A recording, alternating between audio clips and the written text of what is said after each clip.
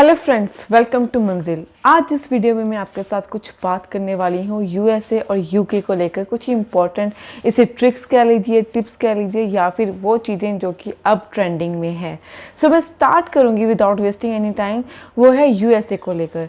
जब भी कोई बच्चा यूएसए के लिए प्रेपरेशन करता है तो हमें सबको मालूम है कि उसे चाहिए होता है इंटरव्यू की प्रेपरेशन, और इंटरव्यू की प्रेपरेशन के कारण वो अलग अलग इंस्टीट्यूट से वो कंसल्ट करता है सो दैट जो है वो इंटरव्यू की प्रेप कर सकें। पर यहाँ पे एक इम्पॉर्टेंट बात है कि जब वो अपनी फाइल लगाने जाता है तो उसे किस बेसिस पे जो है अपनी फाइल लगानी चाहिए। उसकी I-20, उसके जो भी ऑफर लेटर्स हैं, इन सब को अगर मैं साइड में रखे हुए एक मेन फोकस की बात करूँ तो उन बच्चों को सबसे पहले अपना कोर्स जो है वो सिलेक्ट करना चाहिए। बिकॉज अगर हम जब भी किसी ओवरसी स्टडी करने के लिए जाते हैं तो उसका मेन हमारा एस्पेक्ट होता है उसके सब्जेक्ट्स, उसके कोर्सेज। सिर्फ उसकी रेलेवेंसी के साथ ही नहीं, इनफैक्ट उसके प्रोग्रेशन कैसा है उससे भी डिपेंड करता है। और अगर मैं यूएसए की बात करूं so unlike with other countries हमें इसके कोर्स को लेकर थोड़ा सा ज़्यादा डिटेलिंग में जाना पड़ता है। और वो कैसे कि जब भी हम दूसरी कंट्रीज़ के लिए अपने प्रोफाइल लगाते हैं तो हम वो कोर्सेज ऑप्ट करते हैं जो इन ट्रेंड हो, ईजी हो, कम टाइम में हो जाए, और उसके बाद पीआर के लिए हम इजीली अप्लाई कर दें। तो जो भी बच्चा यूएसए में जाता है, आई नो कि उनको पता होगा कि वो पीआर प्रोस्पेक्ट पे नहीं जा रहा। अगर वो जा रहा है तो किसी बेसिस पे जा रहा है, वो है स्टडीज़। स्टडीज़ में अगर आपने अपनी प्रोफाइल को इजीली एक्सेस करवा के अपना वीज़ा ग्रांट कराना है तो इसका आपका सीधा सीधा फ़र्क पड़ता है आपके कोर्स के ऊपर कि आप कौन सा कोर्स जो है वो ऑप्ट कर रहे हैं। तो इसमें मैं आपको सजेस्ट करना चाहूँगी कि अगर आप वहाँ पे के लिए अप्लाई करना चाहते हो, go for stem courses, STEM courses. अब ये स्टेम कोर्सेज क्या है? S go for science, T goes for technology, E go for engineering and M go for mathematics. ये जो स्टेम कोर्सेज होते हैं, अगर आप जो हैं यूएसए में इन सब स्टेम कोर्सेज में कोई एक कोर्स ऑप्ट करते हैं तो आपकी बेस्ट प्रोफाइल जो है वो कंसीडर होती है और आपकी I-20 आने के काफ़ी चांसेस, प्लस आपका सक्सेस रेट जो है वो विद रिस्पेक्ट टू जो अदर सब्जेक्ट्स हैं उससे बहुत ज़्यादा हाई हो जाता है।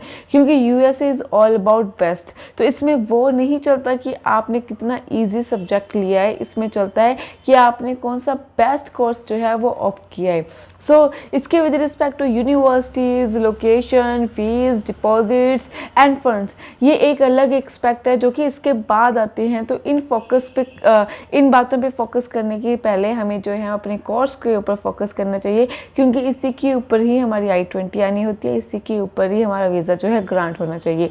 यहाँ पे आपको प्रॉफिट ईजी सब्जेक्ट चूज़ करने में नहीं है, आपको बेस्ट सब्जेक्ट वहाँ पे टेक्निकल सब्जेक्ट, मेनली जो स्टडी का कोर माना जाता है, स्टेम सब्जेक्ट जो हैं वो चूज़ करने के लिए आपको प्रिपेयर करना पड़ेगा खुद को। और अगर मैं यूके की बात करूं ये कन्फ्यूज़न जो है आपने यूके की तरफ नहीं लेना। यूके में आप इजी हैं, आप अपने अकॉर्डिंग जो है कोई भी सब्जेक्ट जो है वो चूज़ कर सकते हैं। इस टाइम जो यूके का 100% जो है वो सक्सेस वीज़ा रेट है।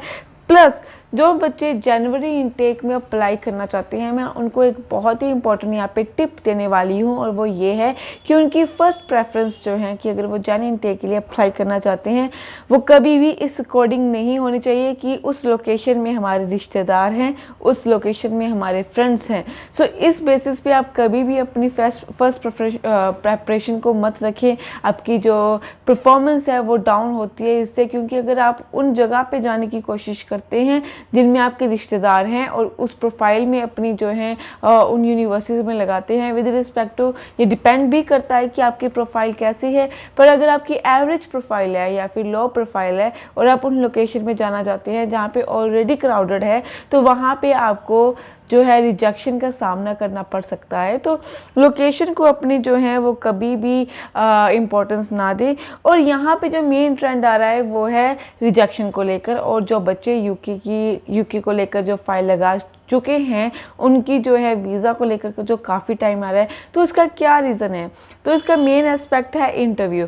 सो जिन बच्चों ने यूके के लिए अप्लाई किया हुआ है तो उनका किसी कारण जो है वो लेट हो रहा है अपना वीज़ा, तो इसके डिपेंड करता है कि आपका जो इंटरव्यू का वो स्लॉट नहीं आ रहा, वो डिले होता जा रहा है। सेकंड जो इसका वो है कि आपका जो इंटरव्यू है उसमें आप रिजेक्ट हो चुके हो first second time and then आपका फिर से इंटरव्यू आने वाला। थर्ड इसका ये भी हो सकता है कि आपको इंटरव्यू का स्लॉट दिया गया और आप उस स्केड्यूल के अकॉर्डिंग पहुंच ही नहीं पाए। सो इन रीज़न से जो है जो यूके के लिए जो बच्चे हैं वो लेट हो जाते हैं अपने इनटेक के लिए, किसी भी कारण, चाहे कह लीजिए चाहे वो इंटरव्यू ले लीजिए या फिर रिजेक्शन ले लीजिए या फिर आपका स्केड्यूल के ऊपर टाइम पर ना पहुंचना ले लीजिए।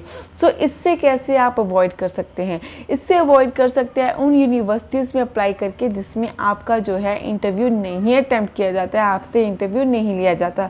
सो यहाँ पे कंडीशन ये है कि अगर आपने इंटरव्यू नहीं देना तो आपके जो इंग्लिश लैंग्वेज एग्जामिनेशन होती है, चाहे हमारे PTE है, ड्यूलिंगो है, चाहे आइल्स है या कोई और अदर जो इसका इंग्लिश कोर्स है, तो उसके ऊपर जो है आपका टेस्ट होना चाहिए। प्लस अगर आपने इंग्लिश में बहुत अच्छे मार्क्स लिए हुए हैं तो भी जो है आप अपना विदाउट इंटरव्यू यूके के लिए अप्लाई कर सकते हैं। सो इसमें घबराने की कोई ज़रूरत नहीं है। और ये इंटरव्यू जिसमें नहीं होती, इस यूनिवर्सिटी के बारे में कितनी लिस्ट है, किस लोकेशन में है, जानने के लिए आप हमारी टीम के साथ कॉन्टैक्ट भी कर सकते हैं। ज़्यादा जानकारी के लिए नीचे दिए गए नंबर्स पे कॉल कर सकते हैं या आप हमें डायरेक्ट रीच भी कर सकते हैं। Thank you.